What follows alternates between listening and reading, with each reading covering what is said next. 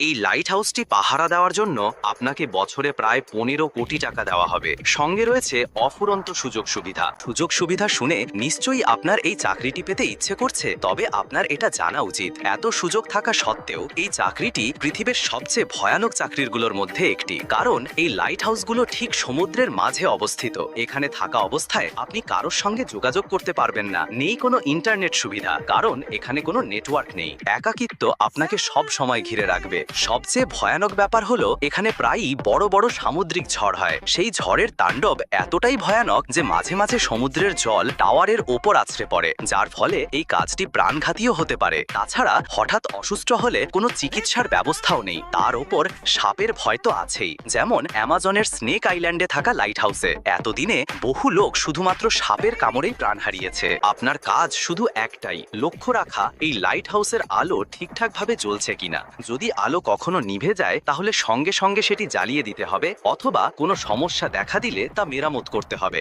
ব্যাস, এটুকুই আপনার কাজ। বাকি সময় আপনি যা ইচ্ছে করতে পারবেন এবং মাসের শেষে কোটি কোটি টাকা উপার্জন করতে পারবেন। এখন সবার মনে নিশ্চয়ই একটি প্রশ্ন ঘুরপাক খাচ্ছে, এই লাইট হাউস কেন সমুদ্রের মাঝে তৈরি করা হয়েছে? এর আজই বা কি? আর কেনই বা এই আলো সব সময় জ্বলতে থাকতে হয়? এই প্রশ্নগুলোর উত্তর জানতে হলে আপনাকে ফিরে যেতে হবে অতীতে, যে সময় না ছিল কোনো গাড়ি, না ছিল কোনো প্রযুক্তি। তখন এক দেশ থেকে আরেক দেশে যাওয়ার একমাত্র উপায় ছিল জলপথ। সেই সময় ক্যাম্পাস মারিয়াস নামে একজন অসাধারণ নাবিক ছিলেন, যিনি প্রতিকূল পরিস্থিতিতেও সমুদ্র ভ্রমণের জন্য বিখ্যাত ছিলেন।